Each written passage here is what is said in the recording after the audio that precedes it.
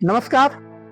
क्या कभी आपके साथ ऐसा हुआ है या क्या कभी आप ऐसा सोचते हैं कि जो आप कहना चाह रहे हैं वो कह नहीं पा रहे हैं, जो करना चाहते हैं वो नहीं कर पा रहे हैं? अरसा हो गया आपने कुछ नया नहीं किया है, अरसा हो गया आपने कुछ नया नहीं सोचा है। नया तो छोड़िए, कभी कभी आपको लगता होगा कि बचपन में जो आप अतरंगी सतरंगी हरकतें करते थे, अजीब गरीब हरकतें करते थे, खुद से कुछ बनाते थे, अजीब सा खुद से कुछ बिगाड़ते थे, वो सब अब आप नहीं कर पा रहे हैं। न तो आप कुछ अब नया बना पा रहे हैं और ना ही न कुछ नया तोड़ पा रहे हैं। एक अजीब सी स्थिति हम सब के जीवन में आती जा रही है। जो कुछ भी हमारे सामने है हम उसको सहज स्वीकार कर रहे हैं, एक्सेप्ट कर रहे हैं और रूटीन से जिंदगी जी रहे हैं। ये सारी घटनाएं, ये सारी चीजें हमारे जीवन में रोजाना होती है, हम इसको इग्नोर कर देते हैं। दो लाइन हम सोचते हैं थोड़ी देर के लिए और थोड़ी देर बाद याद करने की कोशिश करते हैं तो वही दो लाइन हमें याद नहीं रहता है।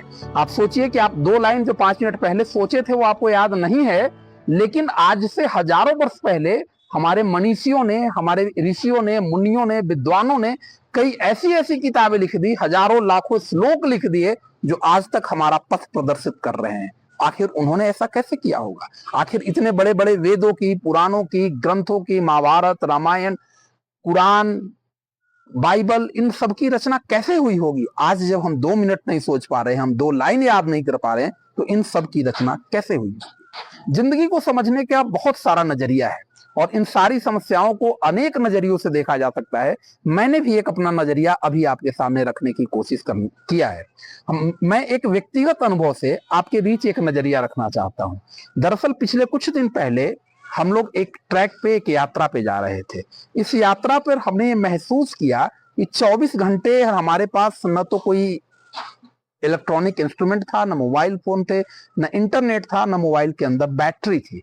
ऐसी परिस्थिति में जब हमारे चेहरे पे थकान थी, हमारे आसपास जो लोग थे वो भी काफी थके हुए थे और सब हम ट्रैकिंग कर रहे थे, हमारे पास नेचर और कुछ थके चेहरे के अलावा कुछ भी नहीं था, तो हमने महसूस किया कि हम पहले से ज्यादा एनर्जेटिक हैं, हम पहले से ज्यादा सोच पा रहे हैं और हमारे सोचने का डायमेंशन पहले से ज्यादा व्यापक हो गया है।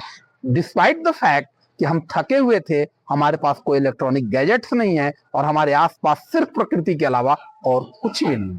मैंने ये सोचना शुरू किया कि आखिर ऐसा कैसे हो रहा है।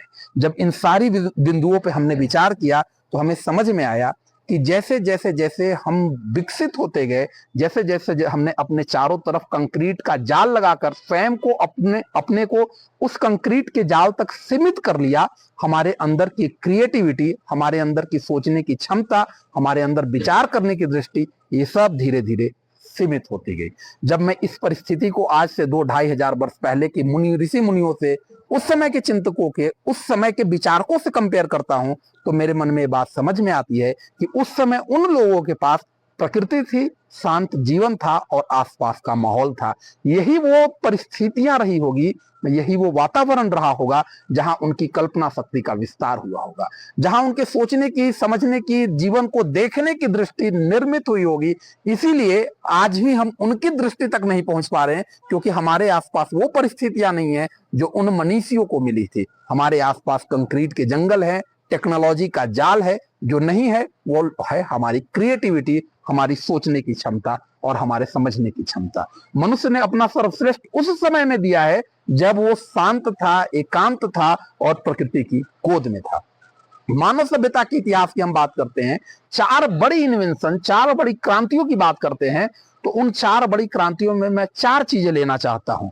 आग का आविष्कार, पहिए का आविष्कार, कृषि का आविष्कार और वाष्प इंजन यानी स्टीम इंजन का आविष्कार। आप इन चारों आविष्कारों को देखिए, ये प्रकृति की गोद में पैदा हुए आविष्कार हैं। ये प्रकृति को देखकर, प्रकृति को सीख कर पैदा हुए आविष्कार हैं। इसीलिए मैं कहता हूं कि उन आर्ष मनीषियों ने जब बड़े बड़े ग्रंथों की रचना की होगी, जीवन को दिशा देने वाले ग्रंथों की रचना की होगी, तो उनके पास जो ऊर्जा, जो दृष्टि आई होगी, वो प्रकृति का दिया हुआ होगा। जिन 4 आविष्कारों की मैंने बात की, उन चारों आविष्कारों के दम पे ही आज दुनिया का विस्तार हुआ है। आज हम लोगों के सामने न तो उस समय जैसी परिस्थितियां हैं और न आज उस समय की जैसी हमारी जरूरतें हैं। आज हमारी समस्या, हमारी परिस्थितियां और हमारा वातावरण सब उस समय से अलग और जटिल है। मनुष्य स्वयं के बनाए कंक्रीट के जाल में लगभग कैद हो चुका है और बरसों पहले हासिल की गई चीजें भी अब हमसे छूटती जा रही है, हमसे सिमटती जा रही है। इस लॉस ऑफ क्रिएटिविटी का क्या कारण क्या है? जब मैं इस लॉस ऑफ क्रिएटिविटी के कारण की तरफ जाता हूं, तो पहला कारण मुझे दिखता है नेचर से डिस्टेंस। आज हर इंसान नेचर से धीरे धीरे धीरे धीरे दूर होता जा रहा है। मनुष्य की जो पूरी संरचना है, मनुष्य का जो पूरा निर्माण है, वो प्रकृति के बीच में हुआ है। इस विस्तृत और व्यापक प्रकृति के हम एक हिस्से हैं, लेकिन हमने इस विस्तृत और व्यापक प्रकृति से स्वयं को दूर कर लिया है। आप सोचिए कि जिस भी साइंटिस्ट ने जहाज बनाया, उसने उस जहाज का शेप मछली के जैसा ही क्यों दिया होगा? जिस भी वैज्ञानिक ने एरोप्लेन बनाए, उसने उसका शेप पक्षियों के जैसा ही क्यों दिया? क्योंकि ये दोनों ही चीजें उसने प्रकृति से सीखी। अगर पानी में सरवाइव करना है तो हमारा आकार पानी के जीवों के जैसा होना चाहिए, और अगर हवा में उड़ना है तो हमारे द्वारा खोजे गए आविष्कार का आकार हवा में उड़ने वाले पक्षियों के जैसा होना चाहिए।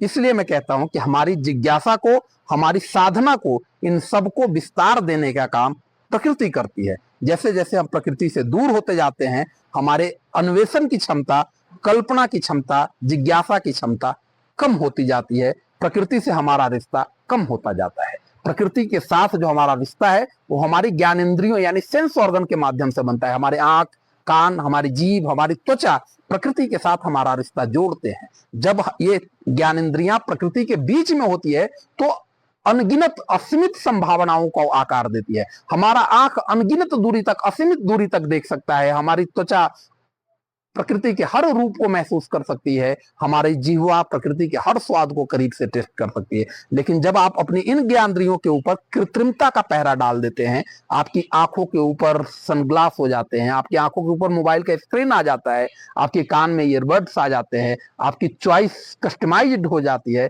तो आपके सोचने, समझने, सीखने की क्षमता जो प्रकृति से मिलती है वो सीमित हो जाती है।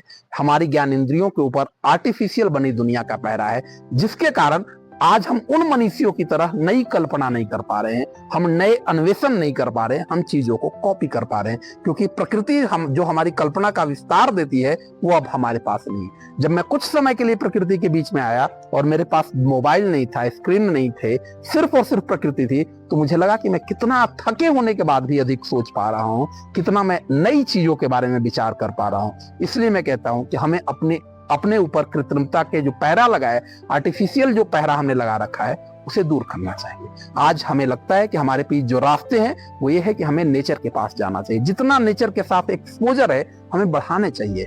शीशे की, ग्लास की बिल्डिंगों में रहना छोड़कर प्रकृति के संपर्क में आने की हमें जरूरत है। हमें साफ हवा, साफ पानी और प्रकृति के साथ एक स्वस्थ रिश्ता बनाने की जरूरत है। हमें कृत्रिमता के ऊपर से हटना पड़ेगा, दूर जाना पड़ेगा।